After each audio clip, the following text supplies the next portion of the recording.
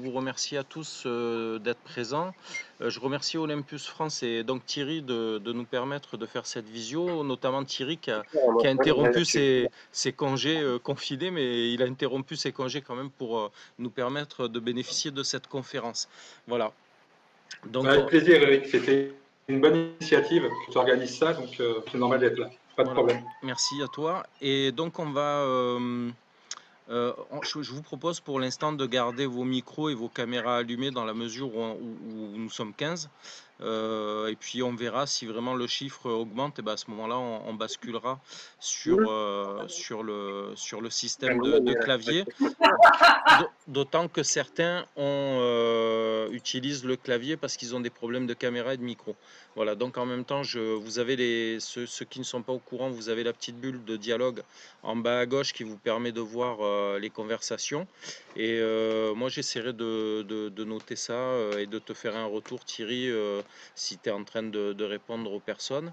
Alors écoute, moi pour commencer, j'avais deux questions, notamment une qui est assez récurrente, à laquelle on a eu droit en fin d'année, et là encore, là, il n'y a pas longtemps, début de semaine, il y a eu un post, c'était concernant la pérennité du système micro 4 tiers et la santé de la division photo d'Olympus, puisque on a la chance d'avoir en France beaucoup de voyants et d'extra-lucides qui prédisent une fin prochaine du système. Voilà, donc je voulais t'interpeller là-dessus, si tu peux nous apporter une réponse. Voilà. J'ai d'Olympus. Donc, ce que je vous dirais ne concerne que ce que moi je pense et l'expérience que j'ai par rapport à la marque, puisque, en disant ça, je vais vous donner un peu mon âge, mais je dois attaquer ma 34e année chez Olympus. Donc, 34 ans chez Olympus, des rumeurs comme on entend aujourd'hui, ça fait depuis toujours. Voilà. Quand Panasonic est arrivé sur le marché de la photo, Olympus devait être acheté par Panasonic. Le jour où Sony est rentré un peu dans le capital de chez Olympus, les gens ont dit bah, c'est Sony qui rachète Olympus. Et il faut juste savoir qu'à ce moment-là, lorsque Sony est rentré chez Olympus, c'était juste dans la partie médicale pour avoir la possibilité d'avoir des technologies qui n'ont rien à voir avec la photo. Donc effectivement, il faut toujours être très prudent sur les rumeurs. Donc vous inquiétez pas, vous avez vu toutes les nouveautés qu'on a sorties cette année. Donc une marque qui s'apprête à arrêter n'a pas de prévision et ne sort pas de nouveaux boîtiers. Donc là-dessus, vous pouvez être tranquille. Concernant la longévité de vos produits, le format 4 tiers, en fait, a été un format qui a été choisi par Olympus en 2003. Alors, je sais qu'il y a des gens qui sont très dans l'histoire. Donc, si je me trompe, n'hésite pas à me contredire.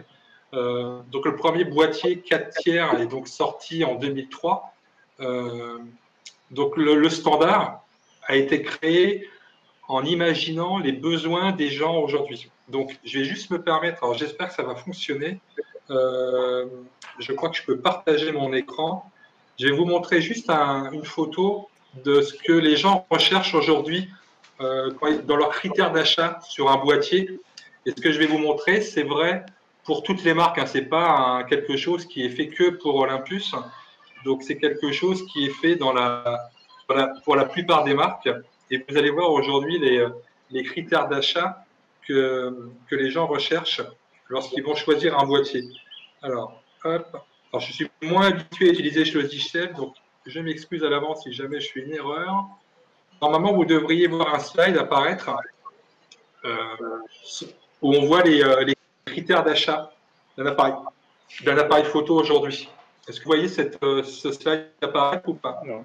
Moi, non. J'ai un écran bleu. L'écran Moi est aussi, passé écran bleu. bleu. Je vais vous la lire. Hein. Donc, globalement, au niveau de la compacité et de la légèreté, donc ça fait partie des critères les plus importants. La partie compacité et légèreté arrive en deuxième position. La première, avez-vous une idée de ce qui arrive en premier? La qualité d'image. Exactement. La qualité d'image. Donc ça, c'est la première chose que les gens recherchent. Après, la qualité d'image, il faut voir à quoi on l'associe. Associer la qualité d'image, ça veut tout dire à rien dire. Est-ce que c'est lié à un nombre de pixels? Est-ce que c'est lié à la taille d'un capteur? Est-ce que c'est lié à une qualité optique? Il y a tellement de facteurs qui rentrent en ligne de compte pour la qualité d'image, que finalement, quand vous posez l'agent, très peu savent vous répondre pourquoi ils vont chercher ce type d'appareil pour la qualité d'image. Et ensuite, l'autre critère qui va prendre le pas sur le reste, ça va être la vitesse de l'appareil photo. Les gens ont encore énormément en tête l'époque où vous savez, les fameux appareils photo où on faisait, où on déclenchait, et en fait, l'appareil déclenchait, mais alors très longtemps après. Donc les gens, ça c'est pour les plus anciens, le numérique il y a très longtemps, entre le moment où vous déclenchiez et le moment où la photo était prise, les enfants avaient le temps de faire 3 fois de la table. Donc du coup, la vitesse reste un critère premier dans les choix. Donc, si je résume, vous avez la qualité d'image et vous avez la compacité et la légèreté. Aujourd'hui, on ne peut pas faire un boîtier compact et léger si on fait le choix d'un capteur plein format. Ce n'est pas possible. Donc aujourd'hui, si on reste dans cette direction-là, c'est-à-dire qu'on ne va pas répondre aux attentes des photographes. Aujourd'hui, les photographes veulent quelque chose, on le voit bien, puisque tout à l'heure vous me parliez de la santé d'Olympus. Moi, je vais parler de la santé de la photo dans la globalité, puisqu'on est quand même sur un marché qui est entre moins 15 et moins 20% des ventes tous les mois. Donc ça veut dire que les gens, aujourd'hui, ne trouvent pas leur compte en photo, et on voit bien qu'ils se tournent plutôt sur leur téléphone, et que c'est les téléphones qui prennent un peu le pas sur les appareils photo. Donc, et la raison première, c'est parce qu'ils ne veulent pas se balader toute la journée avec quelque chose de trop lourd et de trop volumineux au niveau d'un sac à dos ou sur leur épaule, peu importe. Donc, on est persuadé chez nous que rester sur ce format restera la meilleure solution. On a vu que Panasonic est parti vers le plein format. Bon, je vous laisserai regarder pour ceux que ça intéresse si c'est une réussite ou pas. Mais en tout cas, aujourd'hui, si tout le monde fait du plein format, il n'y a plus d'alternative à vos choix d'appareil photo. Donc, avoir une marque, que ce soit Olympus ou une autre, mais qui offre une alternative au plein format, c'est offrir cette alternative dans la compacité et dans la légèreté que recherchent les gens. Donc, pour répondre à ta question, Eric, si le sous-entendu, c'était est-ce que Olympus va aller vers le plein format? Alors, avec l'expérience que j'ai chez Olympus, j'ai appris qu'il ne fallait jamais dire jamais, mais en tout cas, ce n'est pas du tout d'actualité de proposer un boîtier en plein format. Pour consolider ça, on voit aujourd'hui, et ça fait partie des questions que moi j'ai régulièrement lorsque je suis sur le terrain, c'est beaucoup de gens attendent le 150-400 à cause de sa compacité et de sa légèreté. Cette optique-là est une optique qui sera unique et elle ne sera disponible dans aucune autre marque, puisque sinon ça va ressembler à un bazooka, donc ça ressemblera plus à un objectif. Donc c'est grâce à cette taille de capteur que l'on arrive à obtenir ce genre d'objectif. Lorsqu'on fait un choix d'appareil photo, il faut toujours intégrer l'ensemble de ce que vous proposez un produit et pas vous arrêter sur un élément. Si vous arrêtez sur un seul élément, je ne suis pas sûr que vous allez choisir le bon produit par rapport à votre usage. Alors en parlant du 150... Alors juste une question. Par contre, je ne sais pas qui l'écrit. C'est Fabio. Nous avons entendu chose similaire à la sortie du micro. Effectivement, lorsqu'il y a eu la gamme des E1, E3, E5, si on doit rester dans la gamme professionnelle, et après, si on est sur les E420, E510, E520, effectivement, Olympus a fait le choix d'aller vers le micro 4 tiers. Par contre, on a offert la possibilité aux gens, via cette bague de conversion, de garder leurs optiques. C'est-à-dire que le système, il a évolué. Je ne pense pas qu'on puisse dire qu'il a complètement été abandonné sans alternative pour nos clients ou nos photographes. Donc, effectivement, je comprends l'arrêt de cette gamme parce qu'elle ne correspondait pas et technologiquement, aujourd'hui, on voit bien que toutes les marques vont vers l'hybride. Il n'y a plus une seule marque qui ne va pas vers l'hybride. Aujourd'hui, même les plus récents, je pense à Nikon, et Canon, pour parler clairement, même aujourd'hui, font énormément d'efforts sur le plan de la communication et pour promouvoir leur gamme hybride, puisqu'aujourd'hui, les hybrides vont nous permettre de faire des choses que n'aura pas pu nous permettre de faire. Et pas, moi, dans mon discours, j'aime pas critiquer les autres marques, mais aujourd'hui, toutes les technologies qu'on voit sur nos boîtiers, on n'aurait jamais pu les mettre dans un 4 tiers. Voilà. Ah, moi, ça a coupé un petit peu sur la fin. Je sais Oui, pas ça a si. coupé, on n'a pas entendu. Voilà, donc, Oui. À quel moment vous avez coupé, Eric? tu parlais du 4 tiers, c'était sur la conclusion du 4 tiers que Ouais, en fait, tu parlais du système qu'on n'aurait pas d'accord. pu intégrer. En fait, le fait d'avoir un miroir sur un boîtier nous limite dans les fonctions des produits. Toutes les technologies que l'on voit aujourd'hui apparaître sont liées à l'hybride. Vous ne pourriez pas les avoir sur un boîtier réflexe, sauf l'option de relever le miroir lorsque vous voulez basculer sur certaines fonctions. Mais dans ces cas-là, on va perdre en efficacité. Donc, si vous voulez bénéficier de toutes ces nouvelles technologies, si vous avez un miroir, vous ne pourriez pas les avoir. Si je prends un exemple tout bête, le filtre ND qui est intégré sur le M1X et sur le M1 Mark III, vous ne pourriez pas l'avoir sur un boîtier réflexe. Le miroir empêcherait ce genre de technologie. Alors, sur le. Est-ce que tout le monde m'a entendu cette fois-ci? Oui. C'est bon? Oui. Ouais, c'était bien. Tu as fait référence au 150-400. Il était prévu qu'il sorte, je crois, un petit peu avant l'été. Et le Covid-19 a probablement changé un peu les choses. Est-ce que tu as des informations à ce sujet? Je n'ai pas d'informations officielles, puisqu'il y aura une annonce, je pense, qui sera faite prochainement. En tout cas, les plans vont forcément être un peu décalés dans le temps à cause de ce qu'on est en train de vivre aujourd'hui, puisque... Excuse-moi Thierry, ça a été encore coupé. Si tu peux reprendre le propos, merci. En fait, avec le coronavirus, il y a de fortes chances qu'on soit obligé de décaler les bruits couloirs, puisque ça n'a jamais été annoncé officiellement, la sortie de ce produit. Mais en tout cas, je ne pense pas qu'on pourra le sortir avant cet été, puisque la plupart des usines, des compagnies aériennes, les bateaux, enfin tout ce que vous voulez, qui nous permettrait d'avoir des produits aujourd'hui à proposer en magasin, il faut bien que les produits soient acheminés, que les pièces soient assemblées. Et j'ai peur que ce virus ait décalé un peu dans le temps la sortie de cette optique. Maintenant, avis personnel, j'insiste bien sur le sujet, je pense qu'il sortira forcément cette année. J'ai du mal à imaginer qu'il ne sortira pas cette année. Voilà, puisque là, c'est juste un décalage lié à des soucis de livraison et d'approvisionnement. Ce n'est pas un souci de fabrication. Donc, on va juste décaler un petit peu. Donc, je pense que vous aurez des nouvelles un peu plus sûres avant septembre sur la date exacte de la disponibilité de cette optique. D'accord. Bon, je ne demande même pas le prix. Donc, il faudra que tu patientes, Eric. Ouais. Parce que je pense que cette question vient de toi, là, non? Oui, là, c'est très personnel. Voilà. Alors, donc, pour répondre à l'autofocus qui devient plus lent, c'est tout bonnement, encore une fois, lié à la technologie de la conception des boîtiers réflexes avec un miroir.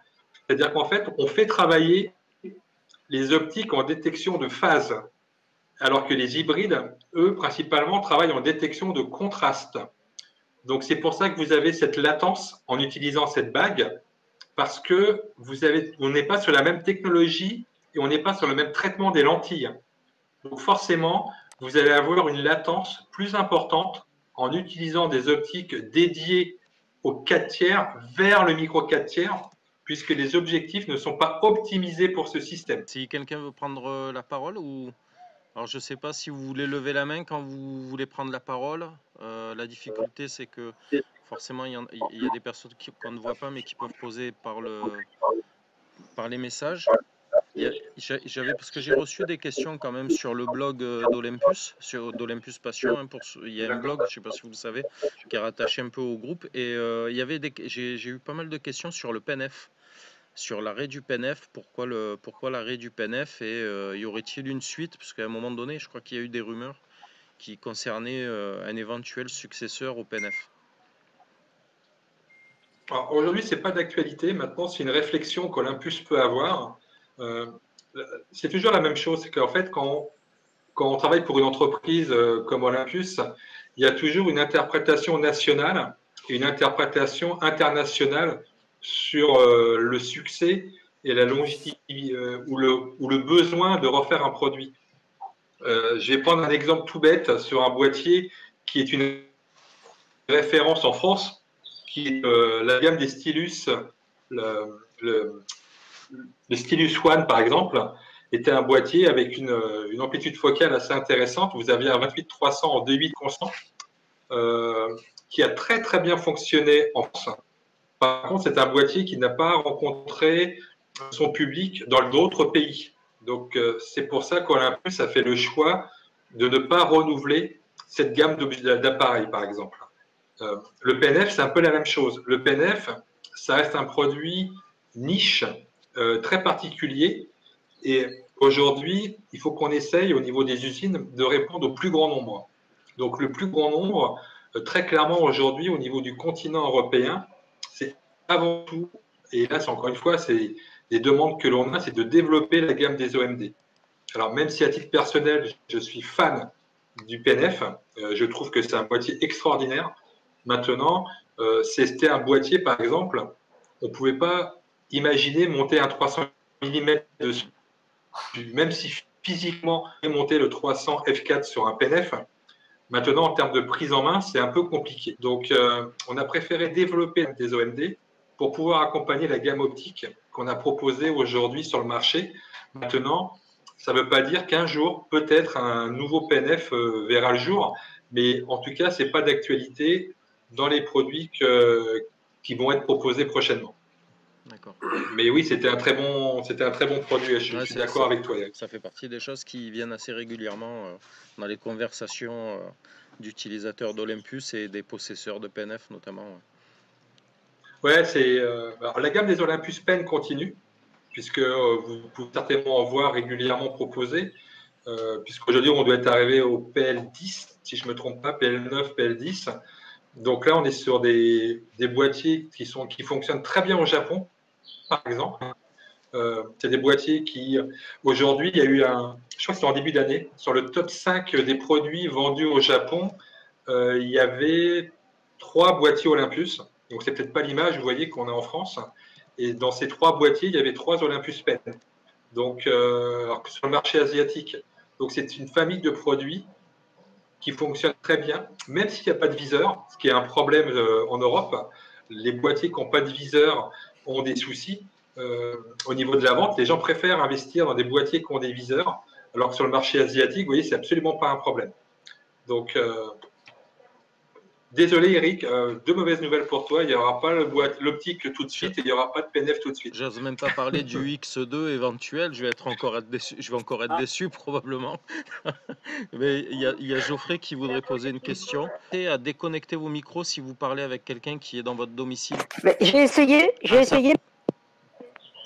Là ça marche là. Là t'as coupé.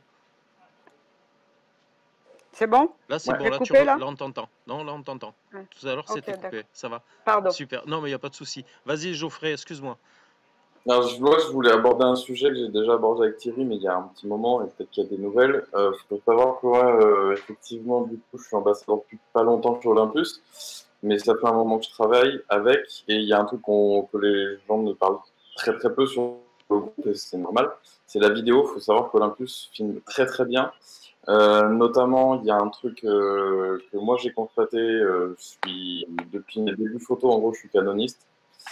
Parce que c'est le premier boîtier que j'ai eu sur le moment et que après on se fie à l'interface, on reste dessus. J'ai jamais clairement pu avoir cette qualité-là, même en étant passé, on va dire temporairement pendant 4 ans chez Panasonic. Le très fort en fait d'Olympus là-dessus, ça va être les lentilles, et c'est ce que je dis moi à tout le monde. Je suis extrêmement épaté parce que c'est pas forcément il y a beaucoup de choses, c'est que c'est pas forcément ce qu'on appelle sharp, c'est-à-dire que c'est pas trop net, mais c'est que les optiques sont précises. il n'y a pas d'aberration chromatique. On le voit par exemple sur l'iPhone. Donc, il n'y a pas de correction sur les photos parce que les profils sont déjà intégrés.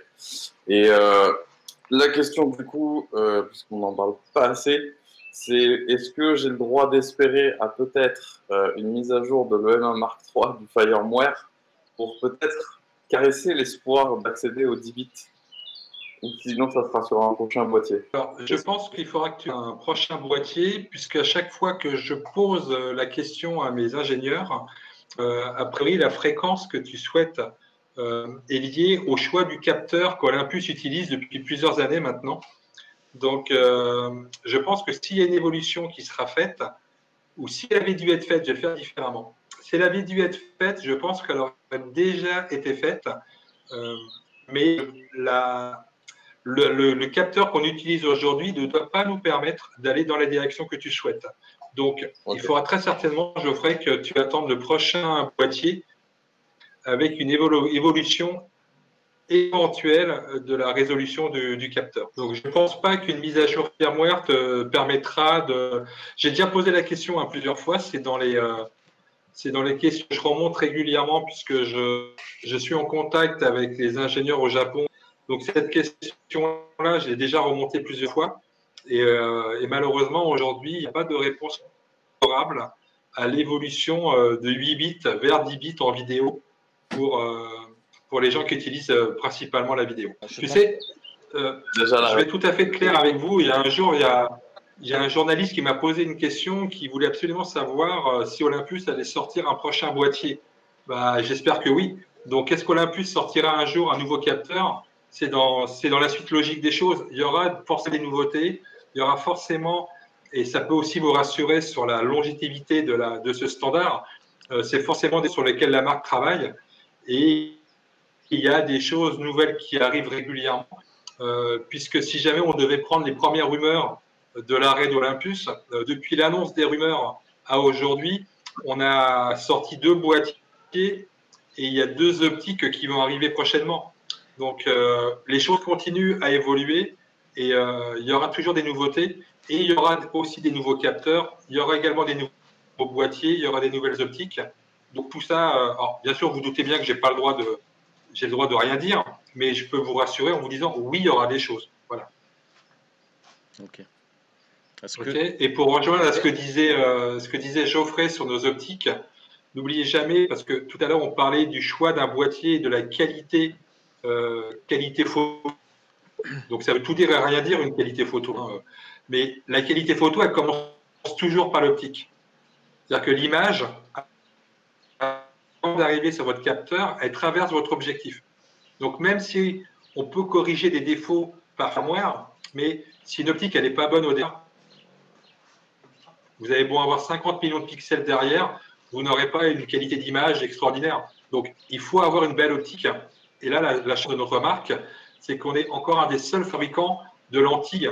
Et ça, c'est lié à la synergie qu'on a entre le médical et la photo, puisque Olympus fabrique forcément des lentilles pour la partie microscopie, endoscopie, par exemple, partie médicale. Et il y a une vraie synergie entre les divisions pour avoir la meilleure qualité possible. Et on la retrouve sur nos boîtiers.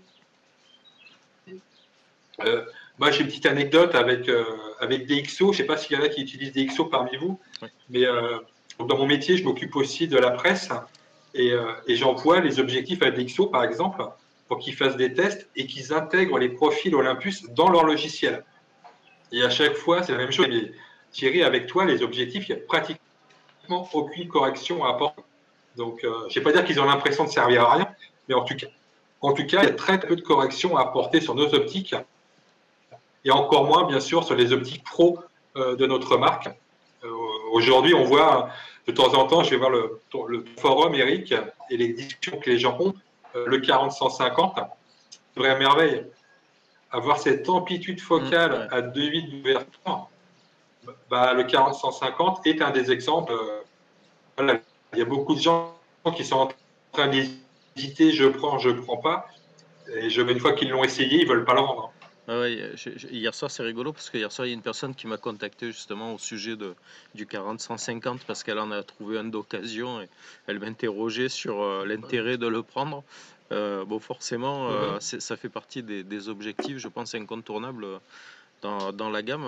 Et c'est vrai que moi, c'est un peu le reproche que je ferais des fois aux objectifs Olympus, c'est qu'ils sont Ouais, trop bons. c'est. C'est-à-dire que dès que tu commences à les utiliser, d'un coup, tu te dis, ah ben celui-là, il me le faudrait.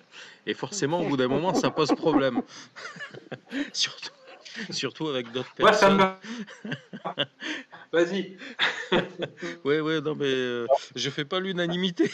Je voulais rebondir sur ce que tu disais. Mais c'est vrai, hein, c'est vrai que ça fait partie vraiment des plaisirs à utiliser le matos Olympus et la qualité des optiques est assez bluffante et j'ai la chance de pouvoir utiliser régulièrement des optiques de la gamme sans les posséder et à chaque fois je suis toujours scotché quoi, par les performances des différentes optiques, quoi, hein, même des optiques qui sont pas pro, hein, on arrive à avoir vraiment de très beaux cailloux.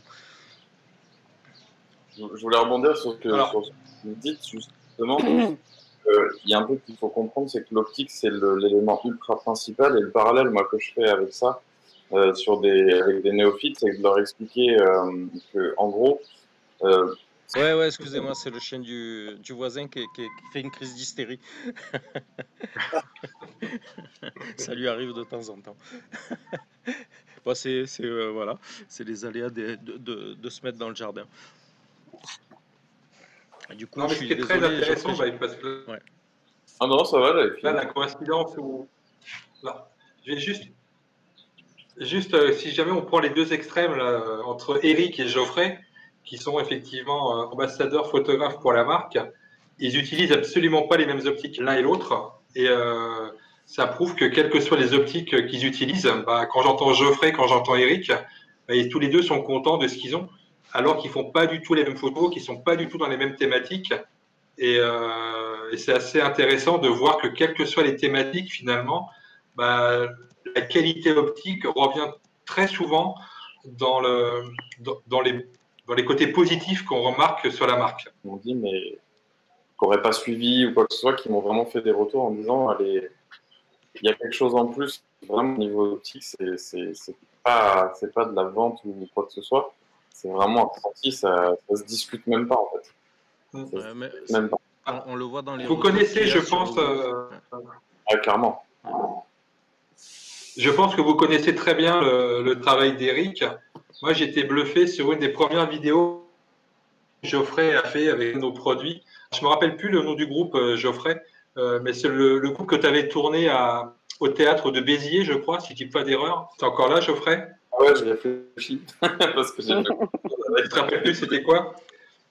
Bon, en tout Non. cas, allez, il avait tourné à l'occasion sur sa chaîne YouTube, il avait tourné un clip sur un groupe. Et c'est vrai que les images étaient assez impressionnantes.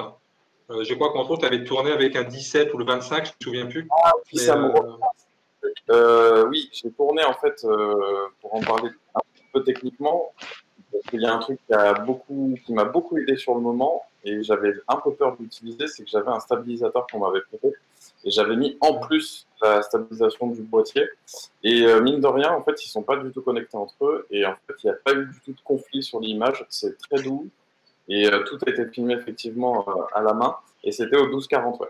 Et au en 12-40, en d'accord. autofocus avec priorité visage. Mhm.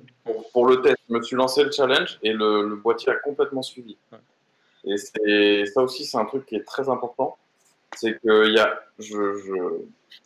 comment dire ça poliment, euh, je hais l'autofocus en vidéo parce que c'est une bête noire, parce que c'est pas fiable, parce on se fait de l'informatique. Chez Olympus, je peux rien dire. C'est impressionnant. À partir du moment où on utilise la priorité visage, ça pompe pas. C'est le seul boîtier que je connais qui ne pompe pas quand il Ouais. va chercher à faire des mises au point.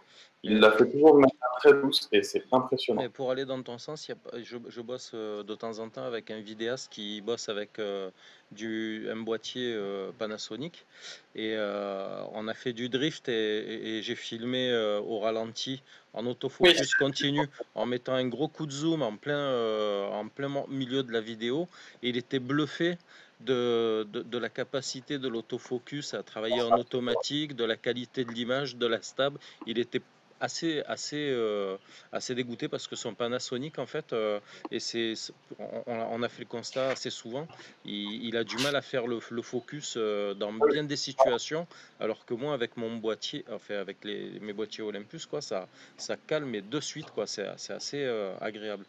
Et C'est pour donc ça, c'est l'anecdote un peu pour, pour parler. Parce que C'est pour ça, Eric, imagine demain, il y a du 10 bits en 4-2-2 en plus. ouais, mais alors moi, après, c'est vrai que je suis pas Je vidéaste, crois que tu veux faire passer un message là. Oui. Mais alors, tu sais que moi, j'ai pas de lien avec les ingénieurs d'Olympus. Je pourrais rien leur dire. Ah, mais je pense que c'est au cas où j'ai pas compris la question tout à l'heure. Si jamais il y a un ingénieur qui me téléphone pour me demander mon avis, je t'assure, je lui dirai. Moi aussi. Ouais, j'ai vu que tu avais posé la question sur. Je sais plus quel. J'ai vu passer ça sur Facebook, là, où on demandait les évolutions que les gens aimeraient chez Olympus. Et tu avais répondu cette réponse-là. Tu avais donné qui. Aujourd'hui, je sais, moi je le dis comme je le pense avec un vrai constat sur le terrain et sur le marché. Je le sais par évidence que Olympus fait ça demain. Il y a un parallèle très simple à faire, c'est Fuji. Fuji, ils avaient un peu disparu du truc, mais ils étaient encore à peu près là. Ils ont sorti un boîtier avec ça dedans, et ben tout le monde en parle. Et le truc qu'il y a, c'est que Olympus va faire quasiment ça en dernier sur le marché. Donc, ce qui est peut-être aussi un choix de leur part, marketing, mais un peu dangereux, je ne sais pas. Mais s'ils le sortent en dernier, ce qui va un peu se passer, et ben il y a tout le monde qui va en parler, mais du coup, ben, les derniers à l'avoir fait, ça sera Olympus, et on parlera que de ça, c'est sûr. Je le vois parce que c'est Panasonic qui l'a fait en premier. Sony n'a pas suivi sur le terrain. Fuji l'a fait. Et il y en a un autre, mais je m'en souviens plus. Bah, Sigma, il n'y a pas longtemps. Et avec un boîtier un peu bizarre. Mais Olympus, s'ils le font, en termes de vidéo, ils vont prendre une part très importante en ressortant ça des autres. Parce que ça rajouterait un acteur en plus. Ça, Ouais, bah, écoute, en tout cas, ça fait partie des choses qu'on aimerait faire évoluer, hein, puisque voilà, ça fait plusieurs années qu'on en parle. Pas qu'avec toi, mais voilà, à suivre. Bah, à suivre, c'est juste ce que je peux te dire. À suivre. Alors, Geoffrey, il y a quelqu'un qui demande un lien vers ta chaîne, c'est Sauveur. Si tu peux lui envoyer par message, comme ça sera fait. Est-ce que vous moi, je veux bien aussi. Moi, je veux bien aussi. Ouais. Vous allez le voir dans les textes. Dans le fil de la conversation, il va être envoyé. Est-ce que vous avez qui d'autre aurait une question ou un sujet qu'on n'aurait pas abordé? Merci. Éventuellement, oui, je pourrais. J'aurais bien aimé savoir éventuellement si sur le M1X, il prévoit de faire évoluer le firmware. Alors, oui. De toute façon, aujourd'hui, le Olympus a fait le choix de ne pas faire évoluer les firmware juste pour faire plaisir et dire voilà, il a évolué, mais il ne se passe pas grand-chose dedans. Vous avez dû voir à chaque fois qu'il y a eu des évolutions de firmware, c'était vraiment pour donner quelque chose de supplémentaire à votre boîtier. Donc oui, il y aurait une évolution forcément sur le MAX. Après, il faut qu'elle soit utile. Il faut qu'elle soit utile avant tout photographiquement. Donc, vous aimeriez quoi, par exemple, dans l'évolution? Alors, ne me dites pas de passer en vidéo 10 bits, mais quelle autre évolution vous aimeriez avoir? Par exemple, sur les dernières évolutions qu'il y a eu sur le Mark III, par exemple, pour le Starry Sky, là, pour la mise au point sur les étoiles, enfin des choses comme ça. Après, peut-être y avoir d'autres évolutions. Bon, là, je suis un peu sec, je ne sais pas trop. Ouais, moi, il y a l'autofocus, par exemple, sur les animaux, tu vois. Oui, l'autofocus sur les yeux. Il y a les trains, il y a les voitures, etc. Mais c'est vrai que j'aimerais bien un truc un peu dédié plus à l'animalier, parce que bon, c'est un peu plus mon sujet. Ça fait partie des choses qui seraient intéressantes de voir venir sur le X. Alors, sans rien dévoiler, mais voilà, je trouve que c'est normal aussi de vous donner des infos par rapport à la marque. Dans l'évolution que tu donnes, Eric, c'est un des axes de travail sur lequel vraiment Olympus se penche énormément, c'est sur la détection, ce qu'on appelle l'intelligence artificielle. Tu parlais des trains, des avions, des motos, des voitures. La chose sur laquelle, voilà, c'est Sauveur qui l'écrit, c'est les oiseaux. Aujourd'hui, on essaye de trouver on a déjà pas mal avancé sur le sujet, mais en tout cas, c'est le domaine d'activité sur lequel Olympus se penche énormément. C'est la photo animalière et principalement sur les oiseaux.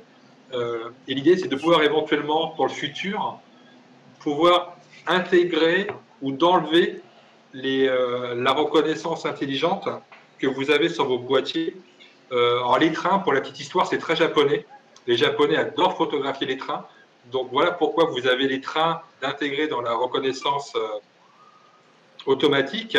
Et peut-être que dans le futur, on pourrait enlever les trains et on pourrait intégrer les oiseaux à la place.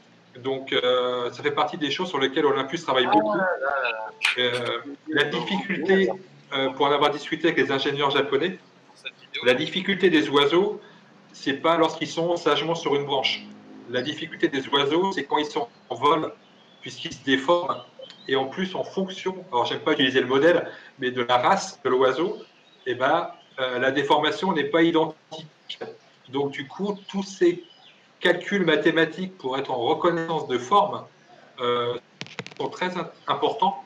Et dans ces cas-là, le jour où on sortira ce genre de fonction, il faut être sûr que lorsqu'il y aura un oiseau, quel que soit l'oiseau, eh ben, il faudra qu'elle détecte, que ce soit un aigle ou un vaudour, ou le petit moineau qu'on a devant chez nous et qu'on entend chez Eric, et ben, là, dans ces cas-là, il faudra aussi que l'appareil soit capable de le reconnaître.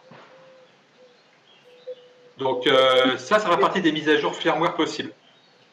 Ok. Mais c'est une mise à jour qui sera au détriment d'une autre, c'est-à-dire qu'on ne pourra pas compiler, par exemple, garder les trains, parce que ça a trop de place. Voilà, ça va dépendre parce que le MAX, il a un double processeur. Donc tant que le double processeur n'est pas full, on peut intégrer des choses dedans, on le fera. Maintenant, si le double processeur il est déjà bien rempli, forcément, il faudra faire un choix. Ah oui, d'accord. D'accord. Mais encore une fois, ce sont des choses futuristes, c'est pas pour demain. C'est des choses sur lesquelles Olympus travaille. Mais c'est vrai qu'aujourd'hui, nos produits sont critiques les plus recherchés dans ce domaine. Donc voilà, on se penche de façon très importante. Il y a des coupures, Thierry. Est-ce que ça répond à votre question? Oui, j'ai entendu en partie. Moi, j'ai eu des coupures perso, mais j'ai à peu près pigé ton propos. Et ce qui est intéressant aussi sur le Mark III, c'est la reconnaissance des yeux, qui m'a l'air très efficace. Ça aussi, ça pourrait éventuellement migrer sur le MAX? Oui, ce sont des choses sur lesquelles on travaille. Après, il faut savoir qu'une mise à jour firmware, c'est un coût pour les ingénieurs. Je sais qu'à une époque, j'avais posé la question, moi, pour mettre un firmware à jour, on parlait de milliers d'euros, millions d'euros, quoi. Donc, ce n'est pas une simple opération. Il faut vraiment que ça apporte quelque chose au boîtier. Et il faut aussi que les ingénieurs ils aient le temps d'adapter, puisque c'est vraiment un boulot de dingue hein, de mettre à jour un firmware sans endommager l'appareil qu'on met à jour. Donc ça, c'est aussi important, que vous gardez toutes vos fonctions et en ajoutant des fonctions sans que ce soit au détriment, comme vous l'avez très bien dit tout à l'heure, au détriment de ce que vous avez déjà dans votre boîtier. Donc l'idée, ce n'est pas d'enlever pour mettre, c'est de compléter ce que vous avez déjà. Voilà. Ouais, notamment sur le Mark III, ce qui est intéressant, enfin moi ce que j'ai apprécié lorsque je l'ai utilisé, c'était le fait de pouvoir différencier, en fait, cibler quand tu as un groupe de personnes, quand tu mets la détection de visage, aller préciser vraiment sur quelle personne tu veux faire la mise au point. Et ça, c'est pas encore présent sur le X. Et c'est vrai que c'est vraiment une fonction très intéressante à utiliser. La réponse que je n'ai pas aujourd'hui à vous communiquer, c'est est-ce que avec tout ce que le X il a déjà dans le ventre, on peut encore lui injecter des fonctions supplémentaires sans en enlever. Voilà. Ça, j'ai pas la réponse aujourd'hui. Et sur le M1 Mark II, non? Non, parce que alors, vous ne pourrez pas avoir aucune de ces fonctions-là pour le moment, puisque le MAX travaille avec deux processeurs, le même que vous avez vous sur le M1 Mark II, et le M1 Mark III travaille avec un nouveau processeur qui est quasiment équivalent au fait d'avoir deux processeurs comme sur le MAX. Donc là, c'est vraiment lié au processeur, dans ce qu'on appelle le true peak. Donc l'évolution que vous avez sur le M1 Mark III nous a permis d'intégrer des nouvelles fonctions grâce à ce nouveau processeur. D'accord. Et le fait que le M1 Mark II n'ait pas ce processeur-là va nous limiter dans les ajouts qu'on pourrait faire sur ce site. Une bonne raison pour un jour changer d'appareil. Bah, après, moi, encore une fois, je ne suis pas commercial. Non, hein. mais éventuellement, c'est pas... Moi, je ne pourrais que vous dire que oui, parce que je trouve que le M1 Mark III, pour moi, c'est certainement aujourd'hui le boîtier. Alors, si on enlève le prix, hein, parce que je comprends, même 500 €, c'est de l'argent. Hein. Je ne dirais jamais qu'un boîtier est pas cher, mais quand je vois tout ce que c'est faire aujourd'hui, un EM1 Mark III, je crois qu'il est à 1800 € de mémoire. Je pense que vous n'allez pas trouver beaucoup de boîtiers sur le marché qui soient capables de proposer tout ce qu'il a dans le ventre. Après, il faut les utiliser, hein, mais si vous utilisez tout ce qu'il a, il n'y a pas beaucoup d'équivalents sur le marché aujourd'hui. Hein. J'ai une question qui me revient très vite fait, très simple. Il me semble que le grip de l'EM1 Mark II, c'est compatible avec le 3, hein, je crois. Tout à fait. Oui, absolument. C'est bien parce que je l'ai.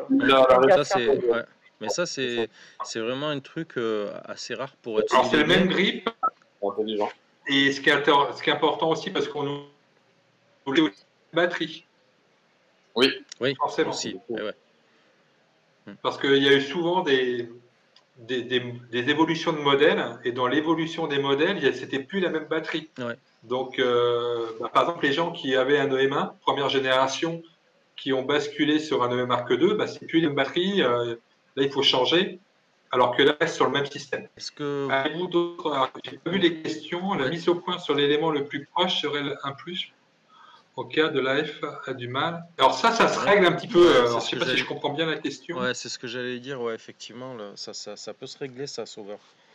Je vais faire un tuto. D'ailleurs, je suis en train de préparer un tuto sur l'AF et sur les collimateurs. Je le dis entre parenthèses parce qu'on m'en a parlé et du coup, c'est vrai que le fonctionnement de l'autofocus est associé forcément au collimateur et du coup, je vais faire un tuto où je vais aborder les deux sujets.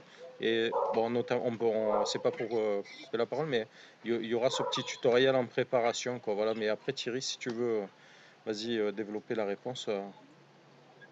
Non, mais par contre, c'est une question qui revient souvent et très régulièrement. J'ai des photographes pros avec qui je travaille.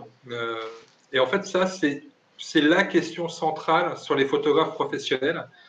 C'est le bon choix des collimateurs et du système autofocus qu'on va utiliser. C'est très souvent la déception qu'on peut avoir sur un de nos boîtiers, elle est très souvent liée au mauvais choix des collimateurs. Parce que je vais prendre un exemple tout bête d'un de nos... Alors, ne le prends pas mal, Eric, hein, parce que pour moi, tous mes visionnaires et mes ambassadeurs sont d'excellents photographes. Donc, Laurent Vu, qui est un de nos ambassadeurs, est certainement un des photographes sur lesquels vous avez peut-être pu voir le plus de photos, puisqu'il travaille pour l'agence SIPA. Et Laurent Vu fait énormément de premières de couverture sur des magazines, je sais pas, comme Paris Match, Télérama et ainsi de suite. Il travaille beaucoup dans le people et dans l'événement. Donc, il couvre le festival de Cannes, il va à toutes les Fashion Week. Et Laurent Vu, pour la petite histoire, était un photographe équipé Canon pendant des années. Et un jour, il est venu me voir sur le salon de la photo, comme ça. Il me dit, tiens, et justement, son choix était, j'en ai marre de porter tout ce matos. Est-ce que vous avez une solution à me proposer? Et j'ai dit, écoutez, vous pouvez tester. C'était le M1 Mark II à l'époque. Et vous pouvez tester un M1 Mark II si vous voulez. Il me dit, ça tombe bien. Il dit, j'ai une Fashion Week ce soir. Si ça ne vous embête pas, je le prends et je vous le ramène demain. Et en fait, il ne me l'a pas ramené. Je l'ai eu au téléphone. Et il me dit, j'ai loupé 80% de mes photos. Donc, pour lui, c'était un échec. Il dit, 80% de mes photos, c'est pas possible. J'ai loupé mon reportage et ainsi de suite. Donc, j'ai discuté avec lui. Et je lui ai expliqué les collimateurs qu'il fallait utiliser et est-ce qu'il devait travailler en AF continu, en AF target. Il y a tellement de possibilités que cette possibilité doit être adaptée à votre thématique. Donc, il est revenu me voir sur le salon. Je lui ai fait les réglages. Une fois que j'avais vu les photos qu'il faisait, je lui ai dit, écoute, reviens me voir sur le salon. On a refait les réglages ensemble. Et le lendemain, il allait acheter 2 boîtiers en magasin. Donc, et juste le choix des collimateurs. Donc, si jamais il ne m'avait pas rappelé ou qu'il n'avait pas eu l'honnêteté de me dire que mon boîtier était mauvais c'est comme ça qu'il l'avait interprété, lui. Hein. 80% de déchets, ton boîtier n'est pas bon. Et en fait, c'est pas que le boîtier n'était pas bon, c'est juste qu'il n'était pas bien réglé. Donc ça, malheureusement, ça arrive régulièrement. Alors là, j'ai eu de la chance qu'on m'appelle et qu'on retrouve la solution ensemble. Mais ce choix des collimateurs et le choix du mode dans lequel vous allez travailler est primordial. Ouais.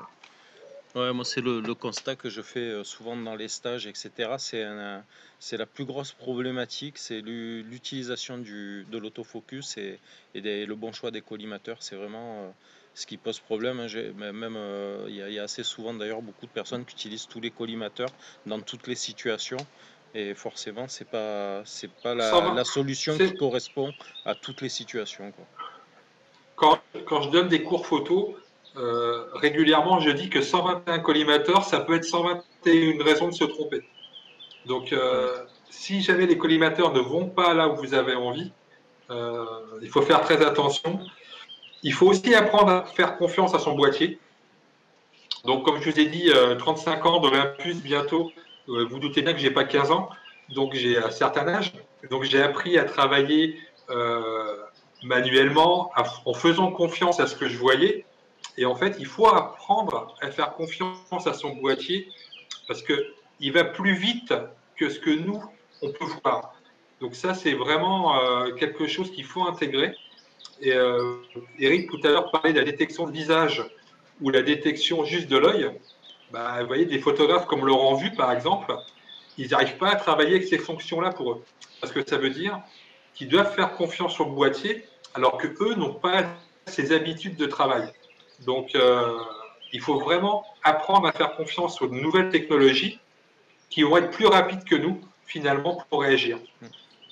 Je vais me permettre juste un petit exemple personnel, puisqu'en dehors d'Olympus, je suis également photographe. Dans un des événements que je couvre, la plupart du temps, ce sont des concerts, et je travaille beaucoup, par exemple, moi, avec le live tracking. Live tracking, c'est un mode qui me permet de verrouiller ma mise au point sur mon sujet. Et si mon sujet se déplace, mon collimateur va se déplacer avec lui. D'accord ? Ça, c'est live tracking. Ce mode, en concert, il est juste magique parce que finalement, lorsque vous faites un choix de collimateur sur votre sujet, si le chanteur se déplace, le collimateur, il part derrière, il va sur la batterie. Alors que quand vous utilisez ce mode, il va suivre votre sujet et entre le moment où votre cerveau dit je vais prendre la photo et le moment où vous déclenchez vraiment, le laps de temps va faire que votre chanteur n'est pas forcément à l'endroit où vous l'avez vu. Donc, si jamais il fait juste un pas en avant, un pas en arrière, ou ça, et ben, le collimateur va être beaucoup plus rapide que ce que vous auriez pu l'être. Donc, il faut apprendre à faire confiance à ce genre de technologie. On ne pourra pas y aller cette année, Geoffrey, au Hellfest, hein, mais on se rattrapera. Donc voilà, ça c'est un mode, par exemple, que je peux vous conseiller, qui est assez méconnu, que les gens n'utilisent pas beaucoup, mais c'est quelque chose qui fonctionne très très bien. Ouais. Et moi, ça m'est arrivé de voir au moment où je déclenche, j'ai l'impression que mon chanteur, mon artiste, il est flou, mais entre le moment où je déclenche et enfin, où je suis prêt à déclencher, où j'ai l'impression qu'il est flou et je déclenche vraiment, l'appareil a encore eu le temps de réajuster sa mise au point. Et ouais, j'ai très peu de photos floues à cause d'un problème de mise au point. Après, on peut avoir des flous de bouger, hein, mais j'ai rarement des flous à cause de ma mise au point qui n'est pas au bon endroit. Et ça, alors je vais me permettre de dire dans l'évolution pour Brigitte, c'est une évolution primordiale sur le M1X et sur le M1 Mark III. Parce que sur le M1 Mark II, le M5 Mark II, c'est pas aussi réactif. Ce que je vous dis là, c'est vraiment sur les nouvelles technologies, et ça, c'est encore une fois lié au processeur qui va calculer beaucoup plus vite. Donc, d'avoir deux processeurs sur le M1X ou d'avoir ce nouveau processeur sur le M1 Mark III nous donne cette réactivité, cette vitesse. Et en anecdote, une des premières photos que j'ai faites avec du matériel Olympus, je venais donc d'acheter le M1 Mark II et j'étais allé, Brigitte, tu dois connaître la petite Camargue à côté de Saint-Chamas, et j'étais dans les marais avec le 75-300 et donc j'avais mis le tracking parce que pour moi c'était une découverte. Et en m'approchant dans les marais, j'avais repéré une aigrette garzette perchée sur un arbre. Et quand j'ai commencé à m'approcher, j'étais quand même relativement loin. Je suis tombé un peu dans les marais et elle s'est envolée. Et je tenais juste le boîtier dans la main. Et en fait, j'ai fait ça, le mouvement, j'avais le tracking. Et alors, je me suis arrêté en fait, les photos loupées parce que j'étais arrivé au bout de l'amplitude du mouvement. Et il y avait 11 photos nettes. Donc, j'avais la rafale. Et quand je suis arrivé à la maison, j'ai fait un petit montage avec le vol en fait de l'aigrette garzette. Et sur les images, il y avait 11 images nettes. Alors que j'avais pas visé, j'ai juste dirigé le boîtier dans la direction du sujet, quoi. Et ça m'avait scotché. Et c'est vraiment une des toutes premières photos, sinon peut-être même la première photo que j'ai faite avec du matériel Olympus. Voilà. Ouais, c'était l'anecdote. Hein, voilà. Pour répondre à Gérard, Gérard, il pose une question intéressante. La différence avec l'AF continu. Ah. Donc l'AF continu et l'AF tracking, c'est quoi la différence? C'est que l'AF continu ne va pas verrouiller un sujet que vous avez choisi. L'AF continu, si vous avez par exemple un modèle qui approche vers vous comme ça, forcément, l'AF continu, là, vous êtes sur le même collimateur, donc il va suivre votre sujet. Par contre, si vous avez fait un choix de collimateur et que votre sujet principal sort des collimateurs, votre AF continu ne va pas le suivre. Alors que l'AF tracking, lui, va mémoriser votre cible, et si votre cible se déplace, là, il va la suivre. Alors qu'un AF continu, il va suivre quelque chose qui va être sur un mouvement linéaire, que vous auriez anticipé, par exemple, sur une ligne, par exemple, de collimateur. Si l'oiseau est dans ce sens-là, forcément, là, il va chercher tous les collimateurs, il va les enchaîner. Par contre, si vous travaillez qu'avec un ou deux collimateurs, bah, si à un moment donné, votre sujet sort de ces collimateurs, l'AF continu ne pourra pas l'attraper. D'accord. Et l'AF tracking, l'AF tracking, on peut s'en servir aussi pour suivre une course de voiture, etc. Alors, oui, bien sûr, bien sûr.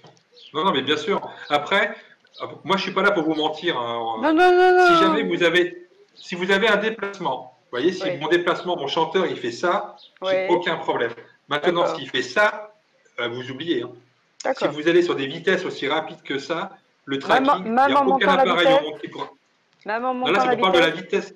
Non, là, on parle de vitesse d'obturation. C'est pas la même chose. D'accord, ok. Ouais. Donc, l'AF tracking, il doit être sur un mouvement qui reste dans une vitesse classique et pas sur une vitesse en extrême comme une moto. Mais après, je ne sais pas le genre de photo que vous faites, mais en général, une voiture, vous allez la prendre, vous allez la voir arriver. Et là, dans ces cas-là, et vous allez suivre avec votre appareil. Donc là, dans ces cas-là, le tracking va parfaitement suivre. D'accord. Voilà. Alors, je sais que moi, je photographie des gens qui bougent un petit peu. Hein. Je ne photographie pas des gens qui restent tranquillement derrière un piano. Donc, je peux vous assurer que les groupes et les chanteurs que je suis, ils bougent un petit peu. Donc, si je vous dis que mon AF tracking, il suit. Voilà. Alors, il est 7h moins 20, quasiment. Donc, on arrive à l'heure qui était prévue. En fait, on avait prévu de faire 1 heure. Est-ce que parmi vous, il y aurait... Je peux encore répondre à quelques questions. Voilà, c'est ce que j'allais vous poser. Si tu es disponible et s'il y a encore quelques questions à poser, qu'on profite de ces derniers instants pour le faire.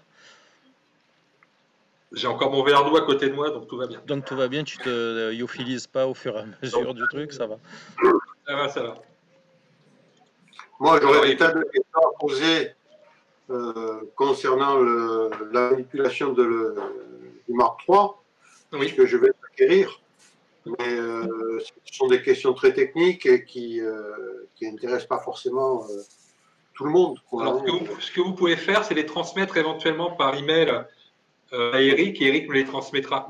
Et j'y répondrai avec plaisir. Parce que je sors justement d'un stylus que j'ai beaucoup apprécié. Oui. Mais bon, c'est un petit peu différent, quoi. Ah oui. Alors, le gros avantage que vous allez avoir sur le M1 Mark III, c'est que vous allez découvrir le joystick à l'arrière pour changer la mise au point et les collimateurs. J'ai pas tout compris de son utilité avec le joystick qu'on a en dessous, en forme de croix, où il y a la touche OK. Ça va beaucoup plus vite. Parce que quand vous avez votre appareil à l'œil, du coup, votre pouce, naturellement, tombe sur le joystick et vous allez déplacer vos collimateurs très, très vite. Alors que la flèche qui va à droite, à gauche, c'est par impulsion. Alors que là, vous pouvez laisser le doigt dessus et bouger comme ça et vous allez déplacer vos collimateurs très, très vite. D'accord. D'accord. D'accord. Donc ça, c'est juste génial. Une fois qu'on... Moi j'ai connu tous les boîtiers Olympus, hein, donc j'ai toujours été habitué à cette croix en bas, à droite, à gauche. Donc il m'a fallu un petit peu de temps pour m'habituer au joystick, mais une fois qu'on y a goûté, par marche arrière, c'est très compliqué. Hein. Ouais, c'est pratiquer, quoi, comme d'avant. Il faut pratiquer, et puis après, ça devient automatique. Ouais, puis c'est vraiment hyper rapide, quoi. Là, ça fait qu'une semaine qu'il est entre mes mains, donc après, c'est ce qu'on disait tout à l'heure avec Eric, hein, attention à vos choix de collimateur. Voilà, moi j'aime bien travailler avec des groupes ou avec un seul collimateur, mais ça va dépendre de votre thématique. Tout à l'heure, je parlais du tracking. Le tracking, moi, pour avoir ma cible, je la fais partir, non pas des 121 collimateurs, mais je prends un pavé de 6 ou de 9, et puis je fais partir mon tracking à partir de ce pavé. Je n'utilise pas l'ensemble de mes 121 collimateurs. Donc, pour utiliser le joystick de façon intuitive et rapide, n'hésitez pas à travailler avec ce groupe de collimateurs de 5 ou de 9. C'est très, très pratique. Et je vois, c'est Sauveur qui fait la même chose que moi. Donc, on est au moins deux à avoir raison, alors, Sauveur. C'est vrai que par rapport au Hellfest, moi, par exemple, sur les concerts où ça bouge beaucoup, j'ai toujours eu cet automatisme qui vient en fait de Canon qui avait beaucoup moins de collimateurs sur le 5D Mark II. Et moi, j'utilise le central et je suis plus du coup à prendre la photo au dernier moment. C'est-à-dire que je vais faire ma mise au point sur le central et je vais décaler ma composition. Je ne sais pas si tu vois ce que je veux dire. Et ouais, je vois. Ouais. Je suis en train de me réhabituer à faire d'autres choses du coup. Bah, je peux t'assurer que j'ai travaillé très longtemps comme toi, Geoffrey. Ouais. Et j'ai beaucoup moins de déchets aujourd'hui dans mes concerts en travaillant de cette façon-là. C'est pour ça que c'est bien que je sois un peu plus. Ok. Alors, je comprends le principe, ça c'est bien, donc j'ai bien répondu. Ouais. Ensuite, perso, j'ai les meilleurs avec la F multizone. Oui, mais après, encore une fois, ça c'est vraiment très perso. Les 121 collimateurs, moi, ils me bluffent, par exemple, quand vous allez photographier une mouette en plein vol avec le ciel bleu. Vous prenez l'appareil, vous êtes à la plage, vous prenez votre appareil, vous visez en l'air, boum, la photo elle est réussie. Pourquoi? C'est que comme vous avez 121 collimateurs et que le seul repère qu'il a dans le ciel, c'est l'oiseau. Il n'y a rien d'autre. Donc automatiquement, vous êtes sûr que l'oiseau soit à droite, à gauche, en bas, peu importe, le seul repère, c'est votre oiseau dans un ciel bleu. Donc là, boum, la mise au point va se faire tout de suite et de façon hyper précise sur le seul sujet sur lequel il puisse faire la mise au point. Donc là, les 121 collimateurs, c'est génial dans ces cas-là. C'est valable aussi pour je sais pas, la patrouille de France ou... Exactement. Exactement. À partir du moment où vous n'avez pas d'autres sujets qui peuvent venir perturber votre sujet principal, et bien là, les 121 collimateurs, c'est génial, quoi. Parce que le fond est uni, en fait. Exactement. On ne fait pas la mise au point sur un ciel bleu. Il y a un appareil qui va vous le faire. Ah oui, ça, oui, ça. Alors que si vous avez un oiseau, l'appareil va le voir, et là, la mise au point va se faire tout de suite. Mais là, il faut mieux travailler en autofocus continu, alors. Absolument. Absolument. Ouais. Si vous enchaînez les photos, vous mettez en CAF, 121 collimateurs, et vous visez la patrouille de France ou l'oiseau, peu importe, et là, vous allez voir à tous les coups votre photo. Alors, encore une fois, attention à ne pas confondre un flou de bouger et un flou de mise au point. Voilà. OK. Parce que moi, ça m'est déjà arrivé d'avoir des retours de photographes qui me disent ma photo, elle est floue. Il était à une demi-seconde, quoi. Oui. Prendre un oiseau à une demi-seconde, ta photo, elle est floue, oui. Mais je suis gentil, j'ai utilisé le mot photographe. Oui, par contre, tu n'as pas dit comment tu l'as fait. Non, j'ai pas. T'as vu, j'ai pas dit qui. Avez-vous d'autres questions, d'autres remarques? Je ne sais pas, allez-y. Même si c'est désagréable, hein, je ne suis pas là que pour entendre que des choses. Au contraire, s'il y a des choses que vous avez envie de pouvoir évoluer dans nos boîtiers, moi je trouve ça très intéressant d'avoir des gens qui disent tiens, moi ça me manque, ça j'aimerais bien l'avoir. Voilà. Le but, c'est également de faire évoluer et pas faire de l'autosatisfaction sur ce qu'on a aujourd'hui. Si vous en êtes content, voilà, j'en suis ravi. Hein. Mais on peut toujours espérer des choses différentes et qu'on puisse les faire évoluer. Donc, si vous avez des suggestions, je suis preneur. Moi qui suis passé de Nikon à Olympus, je ne ferai plus marche arrière. Ne serait-ce qu'au niveau de poids, au niveau de les possibilités, au niveau de... Donc pour l'instant, à mon petit niveau, j'ai pas envie, j'ai pas besoin de plus. Je maîtrise de toute façon pas assez. Il faut que j'aille faire une formation avec Eric pour. Oui. Allez-y, il a un beau jardin, donc à partir de lundi, c'est bon quoi. Ouais. Je vais ressortir des programmes de date là. On fera des stages masqués. Ouais, surtout que tu n'habites pas à 100 km de chez moi, alors c'est bon. Oui, voilà. C'est 100 km à vol d'oiseau. Donc, vol d'oiseau. Non, mais c'est vrai qu'on a une proximité. Jusqu'à présent, tous les stages qui étaient prévus, je les ai annulés. Donc, on va attendre un petit peu de voir comment ça se passe pour ressortir un planning. Voilà. Ouais, je pense que là-dessus, ce qui serait intéressant, c'est éventuellement que les capteurs puissent évoluer pour avoir un meilleur résultat en basse lumière. Oui, alors ça, c'est un sujet bien sûr très sensible et étant photographe de concert, je suis très concerné par ce sujet. Après, comment je peux le dire? Comme dirait Geoffrey, je vais essayer de trouver les mots simples. Moi, j'aime pas si vous voulez, la photographie, pour moi, à mon époque, la sensibilité ISO était la roue de secours. C'était vraiment le dernier réglage que j'allais chercher. C'est-à-dire que la sensibilité ISO n'était pas un de mes critères premiers. Aujourd'hui, on a tendance un petit peu à faire croire que la sensibilité ISO est un élément essentiel de la photographie. On travaille un peu différemment quand même. Aujourd'hui, grâce à notre stabilisateur, on va chercher un peu moins cette sensibilité ISO. Quand on est capable de faire des photos à 2 secondes ou à 4 secondes à main levée, la sensibilité ISO, moi je veux bien. Mais là, alors, à moins que vous avez envie de photographier quelqu'un qui fait un triple saut périlleux la nuit devant vous, mais sinon, pour photographier des bâtiments, vous faire des photos de rue, vous n'avez pas besoin d'aller chercher des sensibilités de malade. Donc, je vais reprendre mon exemple en concert. Moi, je passe très rarement 3200 ISO. Et 3200 ISO, alors, j'ai un post-traitement qui est peut-être plus important que mes collègues qui travaillent en Canon. Et, alors, Geoffrey pourra peut-être en témoigner aussi, mais moi, je travaille avec beaucoup de copains qui sont équipés Nikon et Canon pour faire des photos de concert. Et ils ont une méthode de travail qui m'interpelle souvent. C'est que ils vont monter la sensibilité ISO pour une seule raison.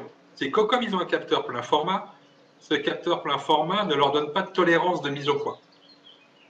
Il y a plein d'ouverture. Donc comment ils font? Même s'ils ont des optiques incroyables, la plupart du temps ils ont le 70, 200, 2.8, et ben, ils ne l'utilisent pas 8. Ils se mettent à 4 ou 5, 6 pour gagner en mise au point, en profondeur en fait, en profondeur de champ. Et comme ils ferment leur diaphragme, ils montent la sensibilité ISO. Ce que moi je ne fais pas du coup, puisqu'avec notre taille de capteur, je peux travailler à 2.8 et j'ai une légère tolérance. Et du coup, là où eux vont chercher de la sensibilité ISO, moi je vais chercher de l'ouverture. Donc finalement, vous voyez, ça s'équilibre. Ça s'équilibre. Ça se compense. C'est pour ça qu'il faut. Parce que sur micro 4 tiers. Oui, exactement. Le fait d'être en micro 4 tiers, aujourd'hui, il n'y a pas de solution miracle. Il n'y a pas l'appareil idéal. Il y a juste l'appareil qu'on connaît bien et qu'on exploite au maximum. En bas à gauche, quand tu rentres dans le bureau. En bas à gauche. Donc, du coup. Quand tu rentres dans le bureau en bas à gauche, elle est branchée. Il pense qu'il a coupé le moment. Pardon? On va à gauche, Eric. Il est en train de nous préparer l'apéritif. C'est vrai qu'on aurait pu le faire. Mais non, mais j'ai ma batterie qui est morte et donc j'essaye de me faire amener mon chargeur, ma prise. Donc si je disparais, ne vous inquiétez pas, il me faudra le temps d'aller chercher le truc. Parce que là, ça clignote. Alors, pour répondre à Sauveur, le bruit numérique. Excusez-moi. D'accord, vas-y, Eric. Je vais essayer de ne pas dire de bêtises. Donc effectivement, il n'y a pas de grande différence entre un APS-C et avec le micro. Effectivement, il y a des logiciels que les gens préfèrent. DxOM. Moi, j'ai mes habitudes avec Lightroom. Donc, voilà, quand on est habitué à l'autre et qu'on a ses repères, on a tendance à utiliser toujours le même logiciel après. Donc, sur les différentes photos de concerts sur lesquelles je travaille, et encore une fois, je fais de la musique, bon, j'aime pas le terme agressif, mais qui est un peu rock. Donc, je ne recharge jamais des images propres. Ouais, les images trop propres, c'est pas mon truc. Donc, du coup, une image, moi, qui est un peu bruitée, ou je devrais dire avec un peu de grain, comme on avait avant, ça va avoir ma préférence.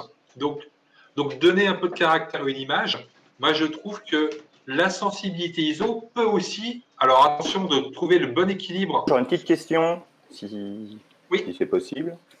Bien sûr, bien sûr. Alors, en fait, donc moi, j'ai un EM1 Mark II. Alors, ce dont je vais parler, peut-être que ça existe sur les modèles d'au-dessus, mais n'ayant pas eu l'occasion de les essayer, je ne sais pas. Il y a des fois, moi, je me promène assez souvent en forêt, je fais des oiseaux, soit en vol, soit assis.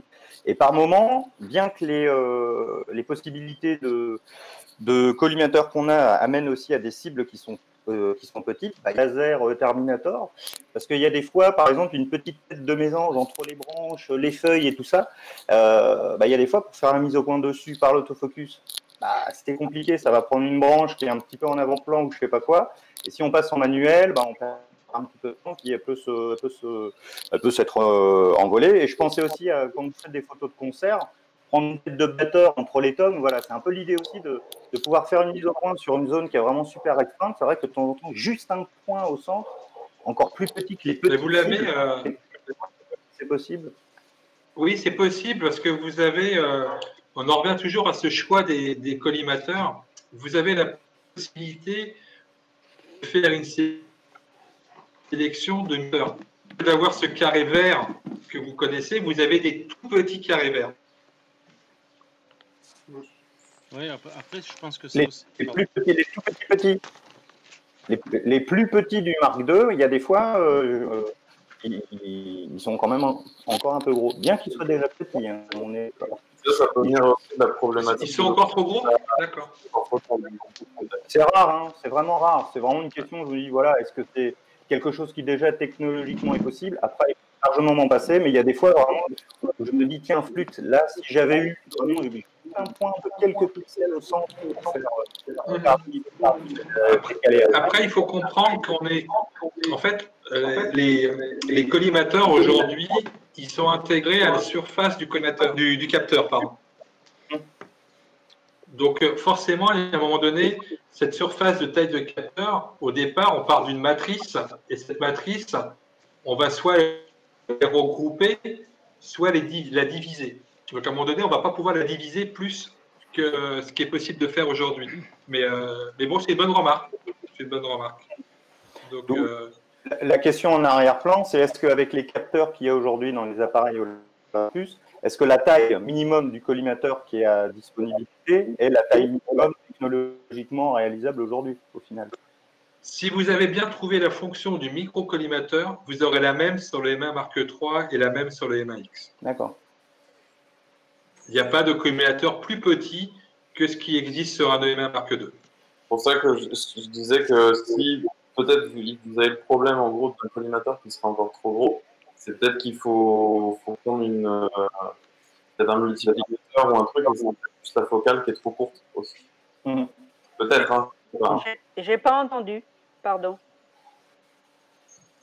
Geoffrey, j'ai pas entendu ce qui a été dit. Je disais que du coup, peut-être qu'effectivement, si on arrive sur un sujet de cette taille, admettons, et que le collimateur est encore trop gros, oui. La solution aussi, c'est d'avoir une focale plus longue. Parce que du coup, le sujet sera plus gros sur le plan. Quoi. Je pense que ça peut peut-être venir de ça si des fois on est trop court.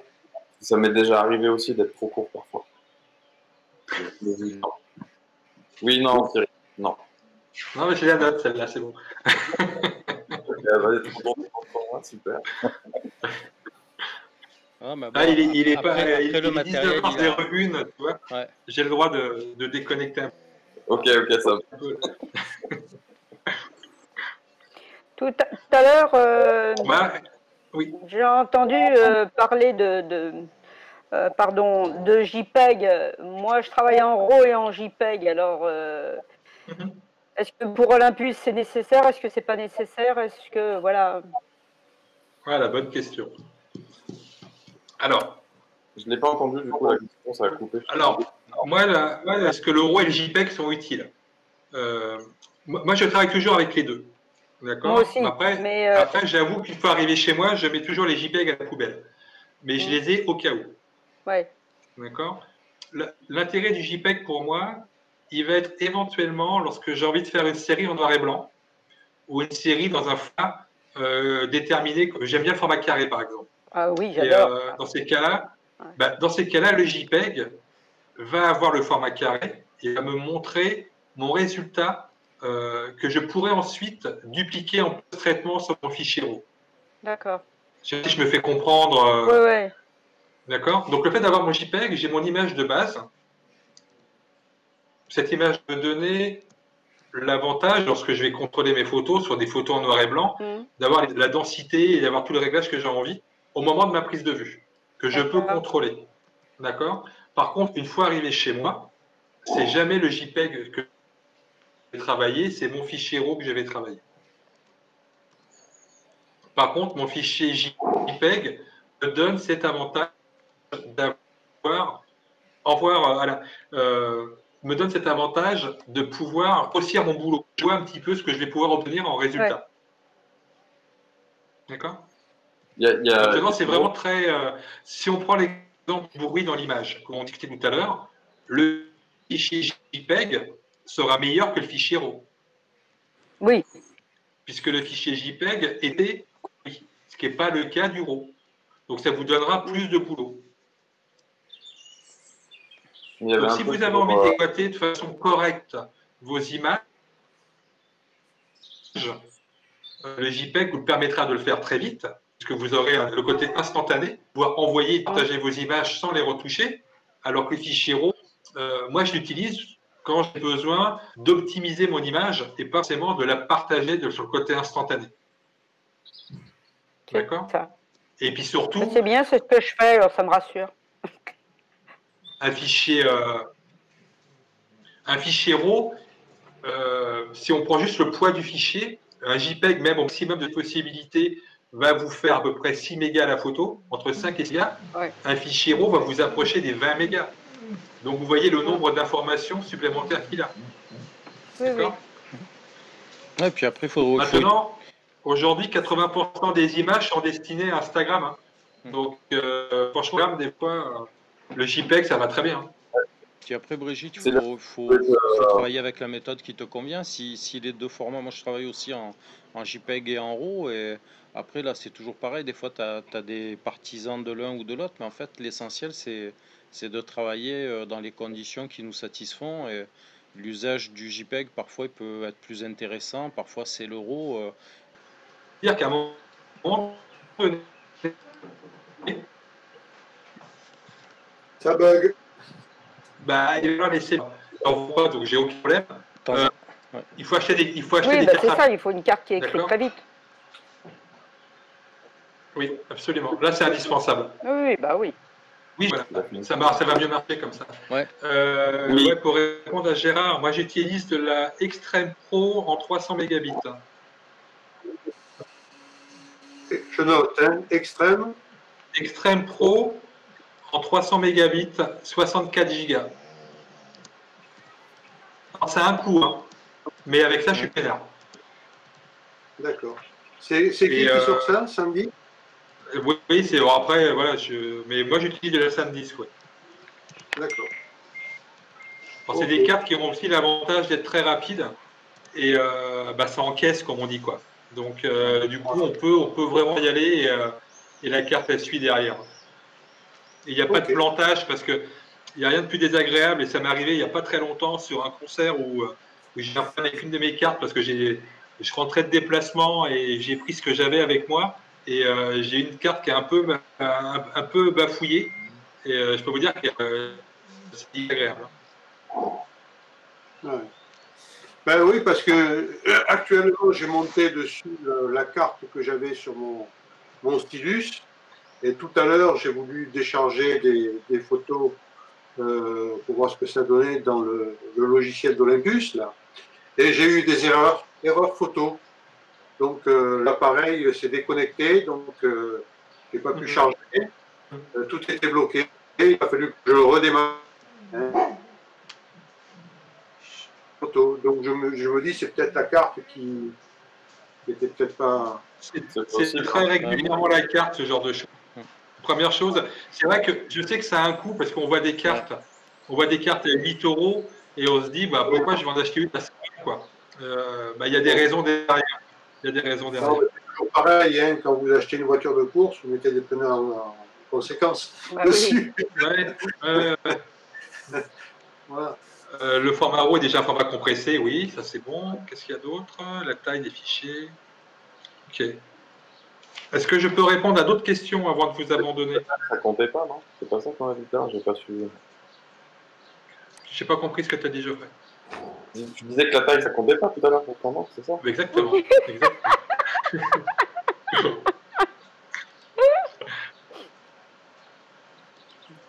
Est-ce qu'il y a des questions encore ou... Je vois qu'il y a Madame Océane qui vient d'arriver. Peut-être que si elle a une question, j'ai lui laissé le droit de lui Bonsoir poser Isabelle. Bonsoir, j'ai raté la conférence, je suis vraiment désolée, j'ai eu un souci avec mon ordinateur. Je suis très déçue. On en refera une première, donc ne vous inquiétez pas. J'ai dû attendre que mon sauveur informatique puisse agir. Tu as encore mis ton mari à contribution. Comme toujours. Non, on aura l'occasion d'en faire parce que aujourd'hui, je pense que le rôle d'une marque, et j'ai l'autorisation de ma direction dans ce sens, le rôle d'une marque, c'est d'être aussi au plus proche de ses utilisateurs et pas que des futurs. Donc je pense qu'il est aussi bien d'être là pour les gens qui font confiance à la marque, parce qu'à la limite, on pourrait se dire, maintenant qu'ils ont acheté, on s'en moque un peu. Hein. Et moi, c'est pas du tout ma façon de voir les choses. Je pense qu'il faut faire les deux. Il faut aller convaincre des gens qui ne sont pas encore convaincus du système Olympus. Mais il faut aussi être présent pour ce qu'ils nous font et pouvoir répondre à leurs questions. Donc là, Eric a eu cette idée, mais on va la renouveler. Donc vous inquiétez pas, on aura l'occasion de se revoir. J'aimerais bien qu'on installe une régularité. Ça, je verrai avec Eric ou d'une autre manière, mais je pense que c'est bien d'avoir une régularité pour que les gens puissent peut-être se dire, tiens, j'ai pas osé poser cette question-là aujourd'hui. Et peut-être que la prochaine fois, on ira sur des thématiques, comment optimiser son appareil pour telle et telle chose, ou alors faire le choix de vous présenter un modèle de façon précise, puisque je sais que des fois que, pour l'entendre régulièrement, que c'est pas toujours en magasin que vous avez la possibilité d'avoir toutes les infos. Donc, c'est vrai. Si moi, je peux vous faire une mini présentation sur tout ce qu'englobe un produit, on va essayer de travailler comme ça dans le futur. Alors, soit via le Facebook Olympus, soit le compte Instagram de Olympus, soit via le compte Facebook Eric, puisque... Mais en fait, oui, moi j'avais quand même une question. Il y a cette idée, donc il n'y a pas de raison que je le lâche en route. Écoute, tu vois l'OMD E12 non, mais je dis ça en rigolant parce que moi, je ne change pas. Moi non plus. Moi, Brigitte, elle m'a donné envie de partir. Ça y est. Déjà prendre mon verre d'eau. J'aime trop mes Olympus, moi. Ah ouais.